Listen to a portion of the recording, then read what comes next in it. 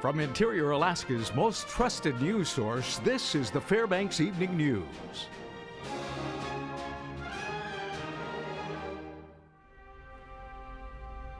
Good evening. Thank you for joining us. Today was a special day not only across the interior, but across the United States as the nation paid tribute to veterans with patriotic ceremonies. Here in Fairbanks, veterans were also recognized with a powerful event. Mike Schultz has the story. The Westmark Hotel Gold Room was a scene of all ages, representing all military services from all military conflicts, along with dignitaries and just those that wanted to pay their respects. The guest of honor was the commanding general for the Army in Alaska, and he wanted to convey how impressed he was with veterans in Alaska and the support they receive from the public. Well, I just would like to say to everyone, Happy Veterans Day, and honor the veterans around you. It's an important day for all of us. And I just would really like to say that the Alaskan people have shown us great support, the communities have shown great support to our military, and we really, really do appreciate that. No matter what age or grade, the story was the same when it came to what Veterans Day was all about. Veterans Day has a deep meaning to me. I had a lot of family members that serve, and it's about honoring our past and also honoring our present and possibly our future. We've got the junior ROTC here doing a great job, and that's going to be our future veterans. So it's about taking care of one another in the community. It's amazing how well they take care of us and welcome us into their homes for our tours up here, sir. It's a recognition that you don't see under any other scenario. We have people coming in from all over the community to pay tribute to veterans and the sacrifices that they made while they were serving. Well, just patriotism and be proud of being an American citizen, and don't ever forget the rights that our country affords them, and remember it's a privilege to be an American citizen. Well, Veterans Day is a very special day. You know, the nation can never repay the gratitude it should have to the soldiers that help make this country great, and it's just wonderful to be in such a supportive local community, to have an event like this to show up to and recognize our troops and the contributions of those made that came before us. It means to us because we're celebrating all the veterans who died and still are alive today. It was especially rewarding to see the message was not lost on the next generation. They fought for many days and nights, and though we may not know each name, we thank all veterans just the same. Saluting all my fellow veterans, this is Mike Schultz reporting. Emotionally charged closing arguments were heard yesterday in court as the post-conviction relief case for the Fairbanks 4 wrapped up. Here's Stephanie Woodard with more. It's been 5 weeks inside of a small courtroom on the 5th floor of the Rabinowitz courthouse. Who factually was involved? But the case of the Fairbanks 4 and their fight for exoneration after their convictions 18 years ago wrapped up late yesterday evening. Sometimes juries don't have all the evidence. The juries were not aware of the newly discovered evidence that we presented to this court. The case centered around a jailhouse confession made by convicted murderer Bill Holmes implicating himself, Jason Wallace, Rashawn Brown, Marquez Pennington, and Shelmar Johnson in the 1997 murder of Fairbanks teenager John Hartman. Reach the conclusion that the state would like you to reach. You must conclude that Bill Holmes in 2011 and Jason Wallace in 2003, separately, years apart, chose the exact same crime from the distant past and falsely accused each other of killing John Hartman. The state seeks to uphold the convictions of the men, and after weeks of testimony told the judge the facts presented by the lawyers for the men don't meet the standards for clear and convincing evidence in order to exonerate them. Confessions of the two defendants are not. The statements made to third parties by the defendants are not. They are not conflation. They are the statements made by men who are responsible in this case and who have not proved by clear and convincing evidence that they are actually innocent. In the final moments, emotions in the courtroom were high. We are here to evaluate whether a certain standard of proof has been met. 4 men have been in prison since they were boys, about half their lives.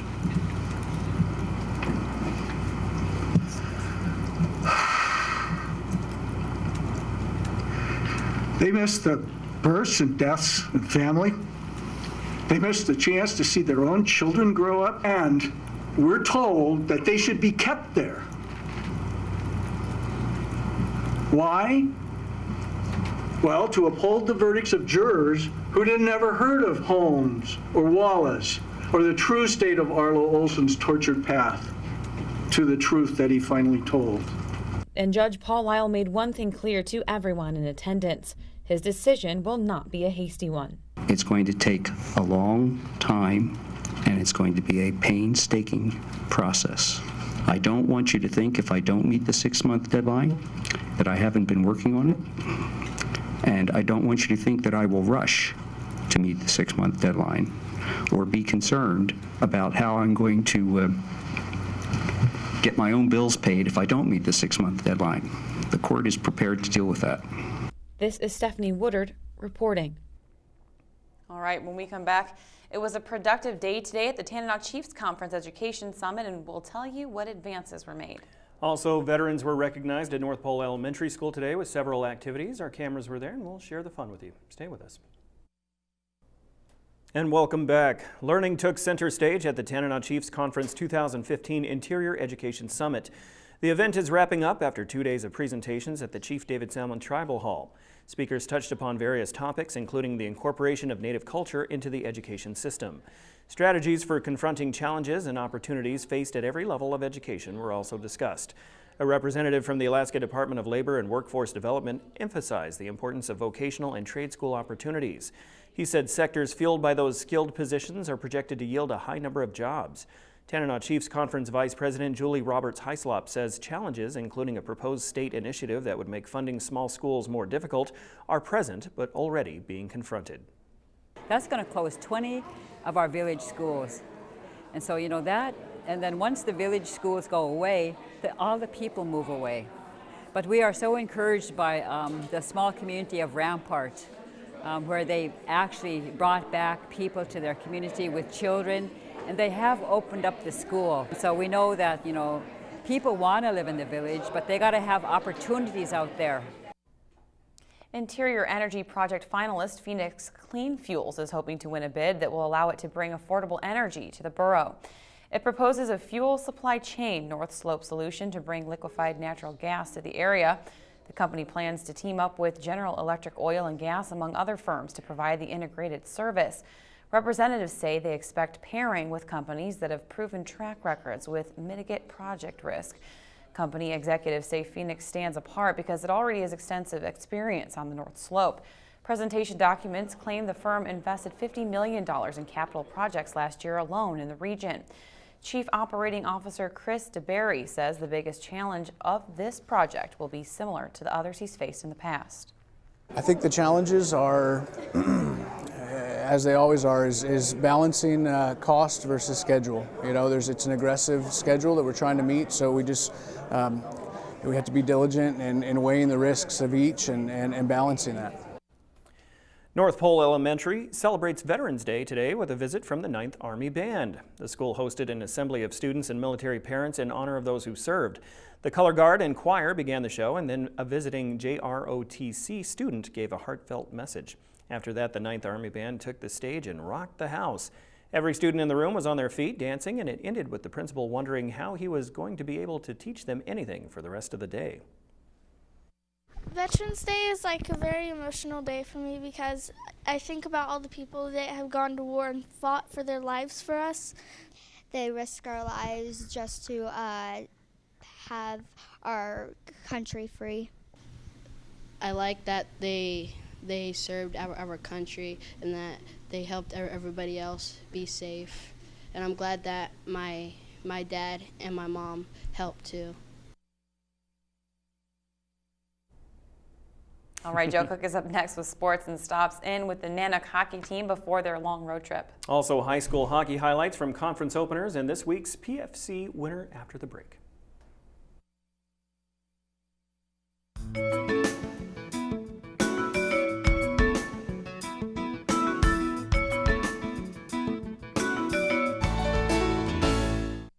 Welcome back, Interior Alaska. Joe Cook here with your local Wednesday Sportscast. The Nanack hockey team is in the search for more WCHA points this weekend. They'll be doing that on the road. Alaska starts a 4-game road trip with Bemidji State this weekend. Beavers are 0-3 in conference play, and they are 1-4-2 overall. The Nanacks picked up their first conference win in a split with Northern Michigan Wildcats last weekend. Before heading to Bemidji and Ferris State, Alaska hopes that their split last weekend can give them the momentum to be successful on the road. But there are a few areas that they want to correct that they feel can lead to wins. Defense has been good. There's been a lot of good shot blocking, stuff like that, and obviously we have some young guys back there, but they've been awesome and definitely learning every step of the way, and looking forward to keep progressing. I think our special teams needs to be a lot better, for sure, power play and penalty kill. I think we got to be better. We're losing special teams battles, and we're losing things like that. So I think that's going to be a big change for us that needs to happen. And other than that, just sticking with the game plan and playing that 60-minute hard game. We're the kind of team that can go in and just outwork teams. So that's what we're going to try and do. Does the Nanack volleyball team have another upset or two in them? This week, they can shake up the GNAC standings again as they face number 16 Western Washington on the road. The Vikings are tied for the GNAC lead with UAA with a 14-2 record. Alaska has won 3 of their last 4 matches, including a win over then GNAC leader NNU. UAF has a 5-11 conference record, which is 2 games out of 6th place.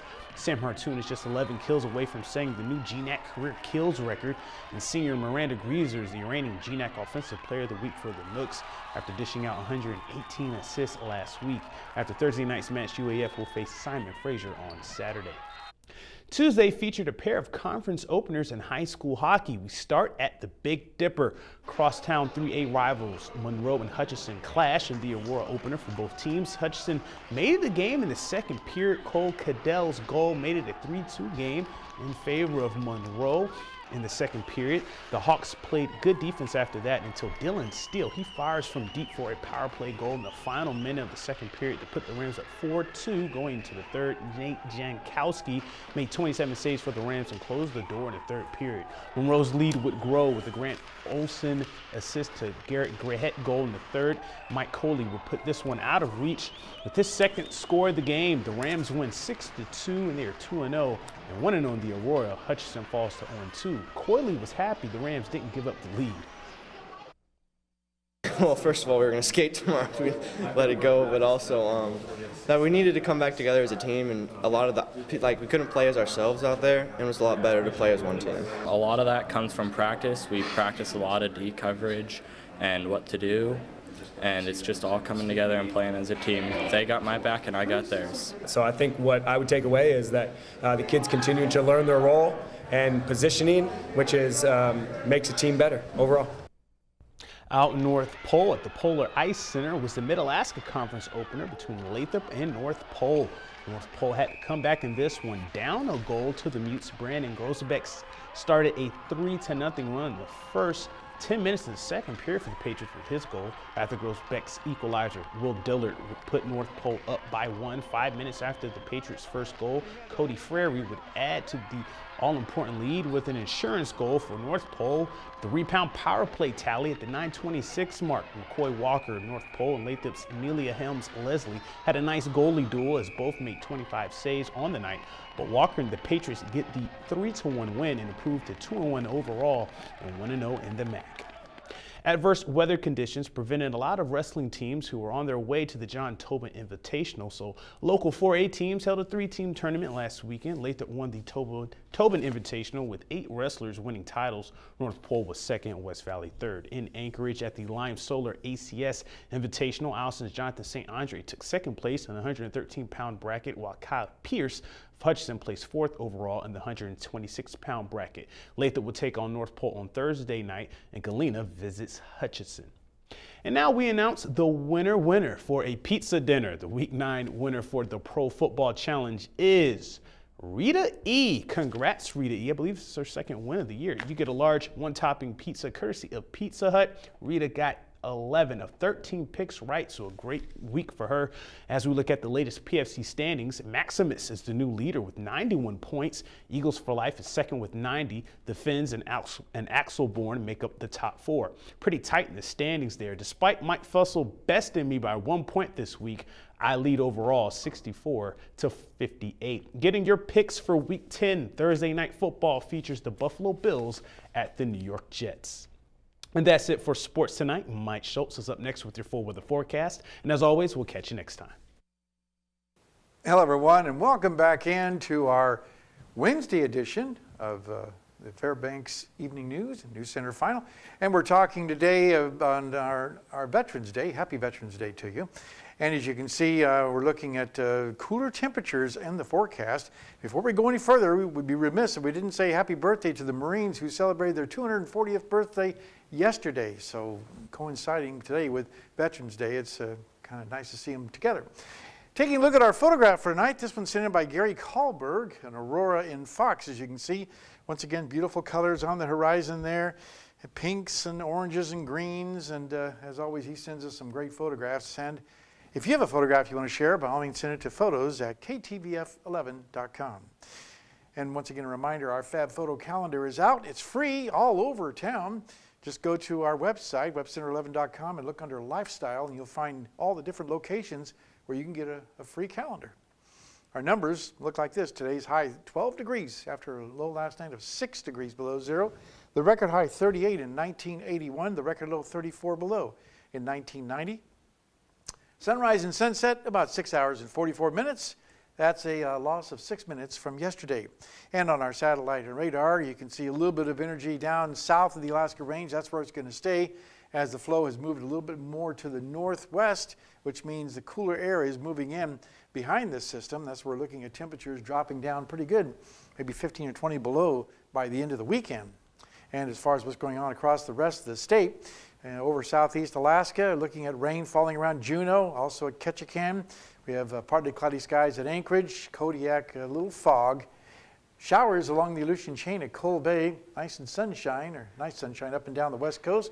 But cool temperatures, 22 at Bethel, 20 at Nome, and 12 degrees at Barrow, with Fort Yukon at 12 degrees. Well, look at this satellite picture. I wanted to show you how impressive this is.